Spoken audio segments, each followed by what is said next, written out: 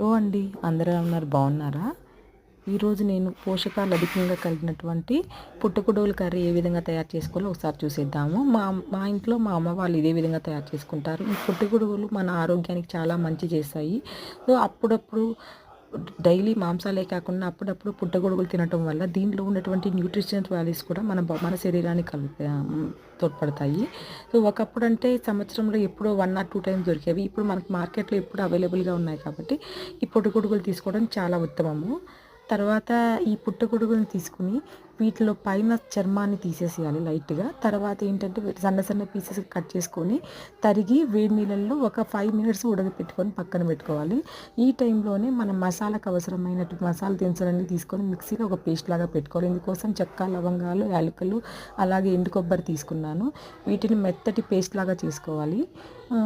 ఇవి పేస్ట్ చేసుకుని పక్కన పెట్టుకున్న తర్వాత ఒక కడాయి తీసుకొని స్టవ్ పైన పెట్టి అందులో ఒక 2 టేబుల్ స్పూన్స్ ఆయిల్ యాడ్ చేసుకున్నాము. ఇవి మరిగిన తర్వాత ఒక ఉల్లిపాయని సన్న సన్న ముక్కలుగా తరిగి పెట్టుకొని ఈ ఫైన్ పీసెస్ని కాగిన ఆయిల్లో వేసేసుకొని గోల్డెన్ బ్రౌన్ కలర్ వచ్చేదాకా టాస్ చేసుకున్నాము. ఈ ప్రాసెస్ అంతా కూడా నేను సిమ్లో చేస్తున్నాను, ఎందుకంటే సిమ్లో చేస్తున్నట్లయితే కర్రీ బాగా టేస్టీగా వస్తుంది. ఇవి మగ్గిన తర్వాత ఇందులోనే టమోటా ప్యూరీ ఉంది కదా, టమోటా ప్యూరీ చేశాను. ఈ టమోటా ప్యూరీ చేసుకొని అది కూడా వేసి బాగా కలిగి తిప్పుకోవాలి. తర్వాత ఈ టైంలోనే మనం కొత్తిమీర, కరివేపాకు వేసుకున్నాను, ఎందుకంటే ఈ కరివేపాకు అరోమా అంతా కూడా కర్రీకి పడుతుందని. దీంతోనే 1 టేబుల్ స్పూన్ అల్లం వెల్లుల్లి పేస్ట్ వేస్తున్నాను. ఇది బాగా మగ్గిన తర్వాత మనం ఆల్రెడీ కట్టు పెట్టుకున్నటువంటి మసాలా పేస్ట్ని ఇందులో వేసుకొని పచ్చివాసన పోయేదాకా బాగా కలిగి తిప్పుకోవాలి.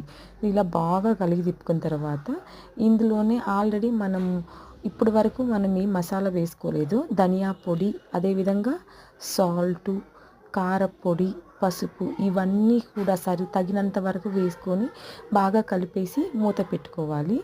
ఇందులోనే ఆల్రెడీ మనము లైట్గా వేడి చేసి పెట్టుకున్నాం కదా పుట్టగొడుగుని, ఇవి వేసుకొని బాగా కలిపెట్టుకోవాలి.